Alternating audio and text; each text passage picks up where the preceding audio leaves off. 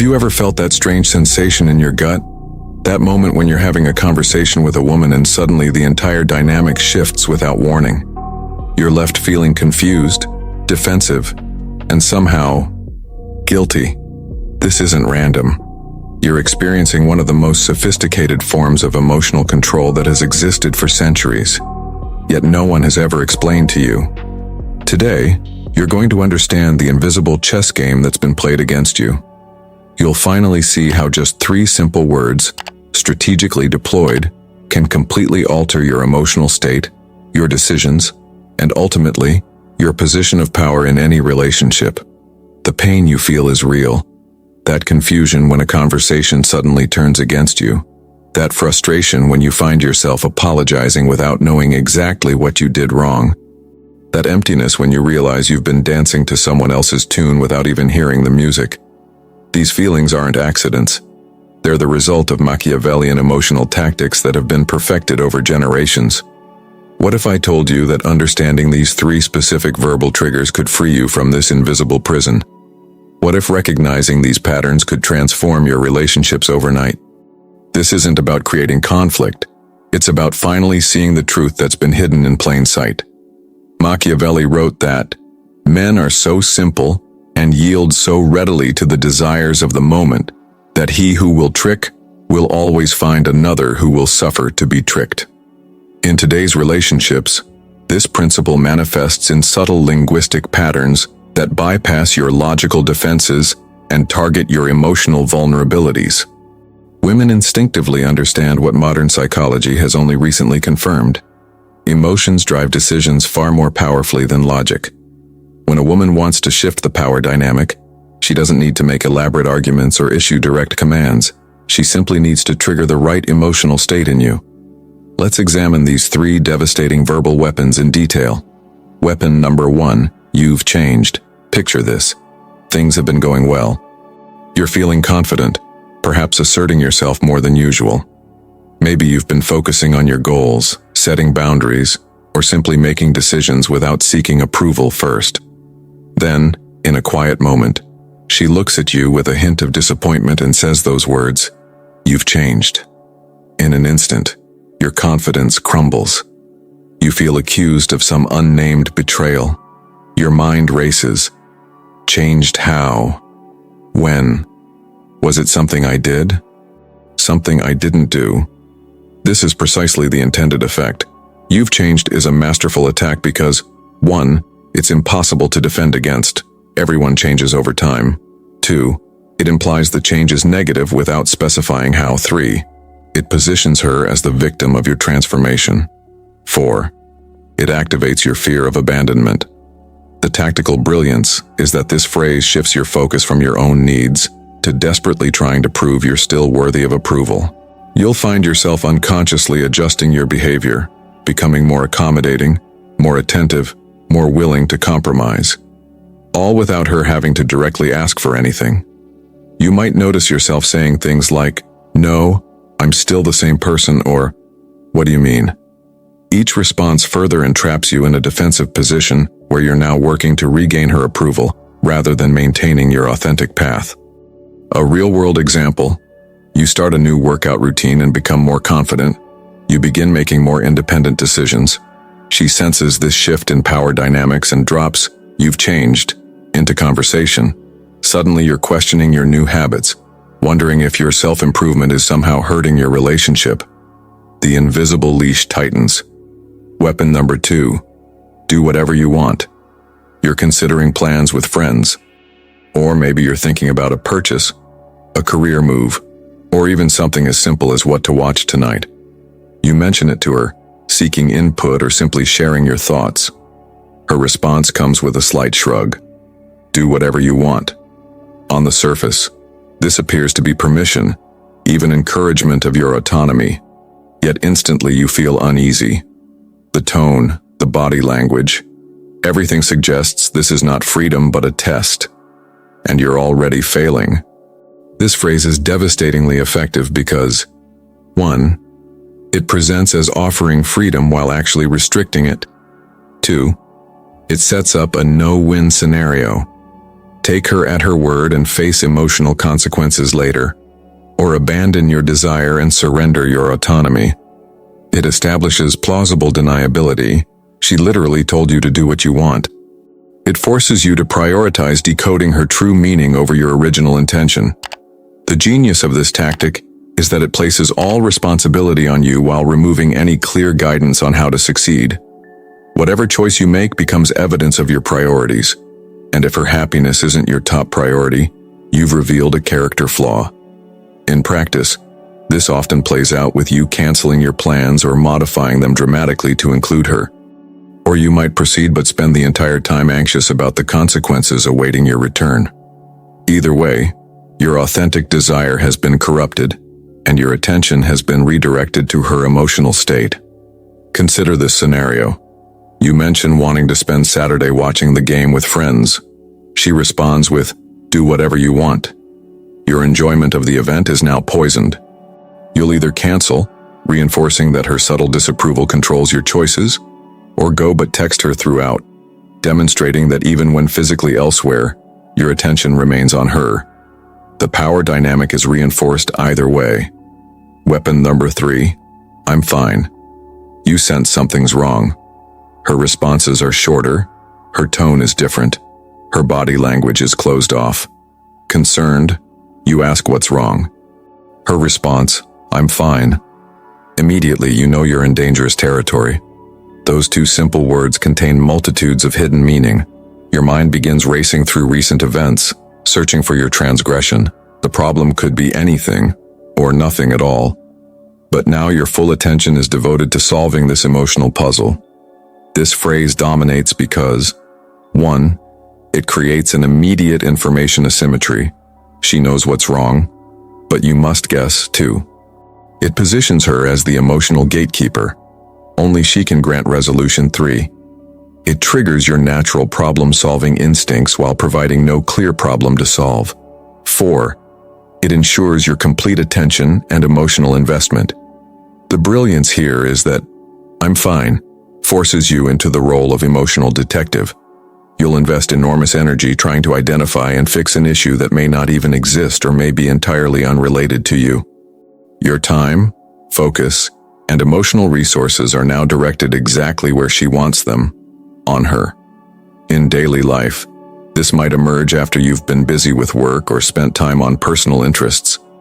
The "I'm fine" response creates immediate anxiety, pulling your attention back to the relationship and reinforcing that emotional neglect, real or perceived, will trigger consequences. Imagine you've been engrossed in a project.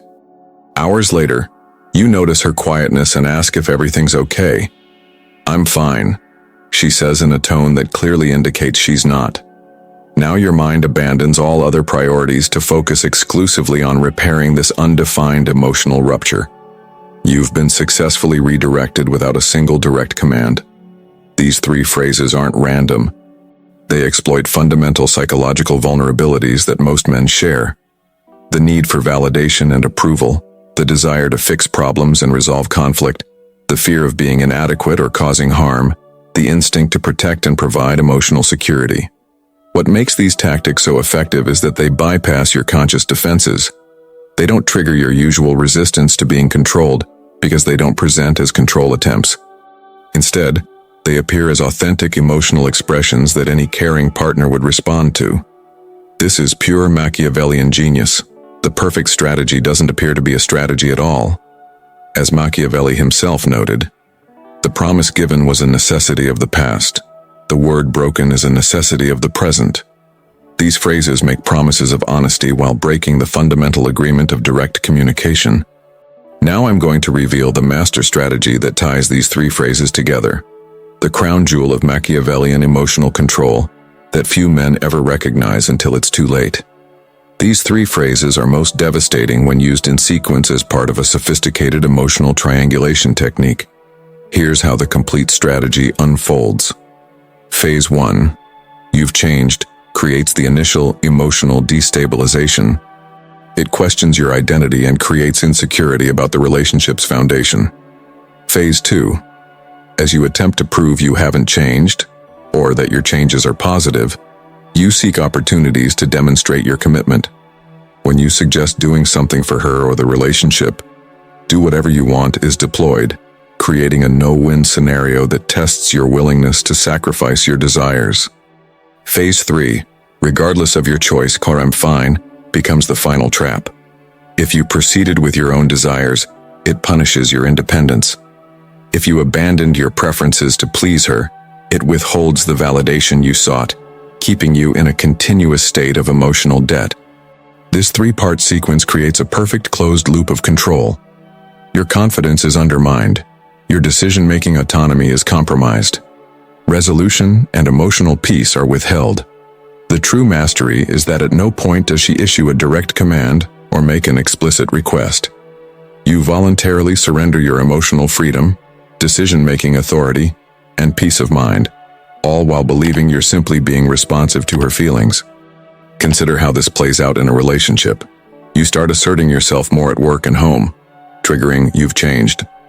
When you mention wanting to start a new hobby that would take time away from her, you hear "do whatever you want."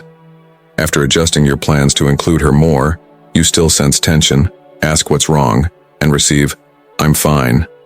You're now completely entangled in an emotional web of your own making, responding to cues rather than acting from authentic desire. What's truly at stake in these emotional maneuvers is nothing less than your psychological sovereignty, your fundamental right to make decisions based on your own values, desires, and judgment. When these 3 phrases successfully penetrate your defenses, they create a psychological dependency that rivals physical addiction. This dependency follows a predictable pattern. First comes the destabilization of your self-concept through "you've changed." This creates a psychological wound, a questioning of your own identity and worth. The natural human response to such wounds is to seek healing through validation from the person who inflicted them. This puts you in a position of emotional dependency, seeking approval to restore your sense of self. Next comes the impossible choice presented by "do whatever you want." This phrase serves as a stress test of your newly vulnerable state. Will you choose yourself and face punishment, or sacrifice yourself and receive no acknowledgement? Either way, you're now operating within parameters she has established, making choices based on anticipated emotional consequences rather than authentic desires. Finally, "I'm fine" administers the coup de grace, the withholding of resolution. This creates a psychological state known as intermittent reinforcement, the same mechanism that makes gambling addiction so powerful.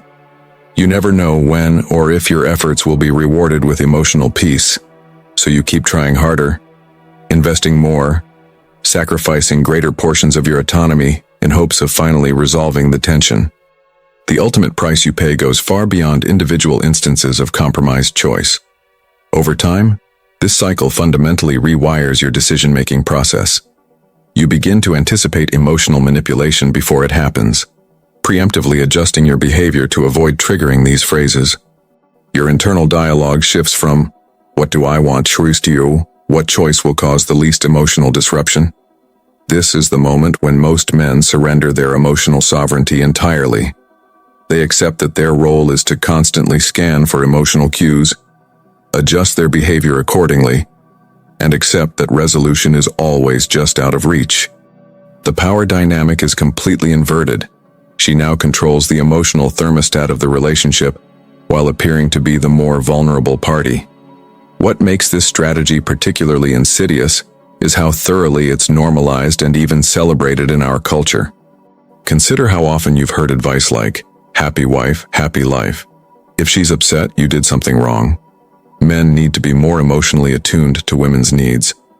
These cultural messages create the perfect environment for emotional manipulation to flourish. They establish the expectation that a man's primary relationship responsibility is to manage a woman's emotional state, regardless of how indirectly or manipulatively that state is communicated. Media reinforces these dynamics constantly. Think about how many movies or TV shows feature a man desperately trying to figure out why a woman is upset, only to be met with, "I'm fine," or "you should know why." These portrayals aren't just entertainment. They're instruction manuals that teach both men and women to accept and perpetuate these patterns. The result is a relationship dynamic where manipulation isn't seen as manipulation at all. It's seen as normal feminine behavior that men must learn to navigate. This normalization is perhaps the most Machiavellian aspect of all. The perfect power strategy is one where exercising control is viewed as natural, inevitable, and even morally justified. Now that you've seen behind the curtain, everything changes. You understand that these are not random emotional expressions, but sophisticated control strategies with predictable patterns and clear objectives. This awareness gives you options you never had before. When you hear, "You've changed," you can recognize it as a control attempt rather than an indictment of your character. You might respond with confidence, "Yes, I'm always evolving. That's what makes me who I am." When faced with "do whatever you want," you can take it at face value rather than searching for hidden meanings.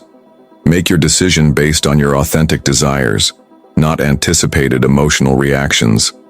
And when met with, "I'm fine," you can respect her stated position rather than becoming entangled in emotional detective work. "I'm here if you want to talk about anything," puts the responsibility for clear communication back where it belongs. Liberation begins with recognition.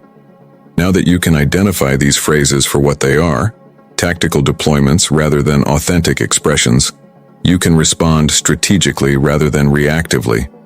The key is to disrupt the expected pattern. These phrases work because they trigger predictable responses that lead to predictable outcomes. When you change your response, you change the outcome. For "you've changed," try embracing rather than defending. "I hope so. Growth is important to me. What specific changes have you noticed?" This transforms an accusation into a conversation and signals that change isn't something you'll apologize for. "Do whatever you want." Take the statement at face value. "Thanks, I appreciate that. I think I will." Then proceed confidently with your choice. If emotional consequences follow, address them directly. "I notice you seem upset even though you told me to do what I wanted. Let's talk about what's really going on here." For "I'm fine," respect the literal statement while acknowledging the obvious discrepancy. "I'll take you at your word, but my door is always open when you're ready to talk." Then continue with your day rather than pursuing the hidden issue. This breaks the pattern of emotional detective work that these situations typically trigger. These responses accomplish several things simultaneously. They signal that you recognize the tactic. They offer an opportunity for authentic communication. They demonstrate that your emotional state isn't easily manipulated. They establish that you expect direct rather than indirect communication over time. Consistently responding this way creates a new relationship dynamic, one based on mutual respect and transparent communication rather than emotional strategy and control. This isn't about creating conflict or winning against women. It's about recognizing these Machiavellian patterns so you can establish authentic relationships built on direct communication rather than emotional strategy. The true Machiavellian lesson isn't about dominating others. It's about preventing others from dominating you through invisible means. As Machiavelli wrote, "The best fortress is to be found in the love of the people." Real connection comes from mutual respect and transparent communication, not strategic emotional positioning. There's something profoundly liberating about engaging with people as they truly are, rather than as they present themselves. When you see past manipulation to the underlying needs and fears, you can address those directly rather than getting caught in surface-level power games. For example, "You've changed," yet often masks a fear of abandonment or loss of connection. "Do whatever you want" frequently conceals a desire for priority and reassurance. "I'm fine" typically hides a need for attention and emotional engagement. Recognizing these underlying needs allows you to address them directly. "I sense you're concerned about our connection. Let's talk about that specifically." The ultimate goal isn't to counter-manipulate but to transcend the entire framework of manipulation. This requires courage. The courage to be authentic even when others aren't. To communicate directly even when indirect communication is the norm. And to stand in your truth even when doing so creates temporary discomfort. Remember that most manipulative behavior stems from insecurity. The confident person has no need for indirect control strategies. By maintaining your own emotional center, and refusing to be pulled into manipulative dynamics, you create space for more authentic connection, not just in romantic relationships, but in all your interactions. So I ask you, have you experienced these phrases in your relationships? Did you recognize them as strategic rather than authentic expressions? How might your past relationships have been different if you'd understood these dynamics at the time? Share your experiences in the comments below. Like this video if it gave you a new perspective.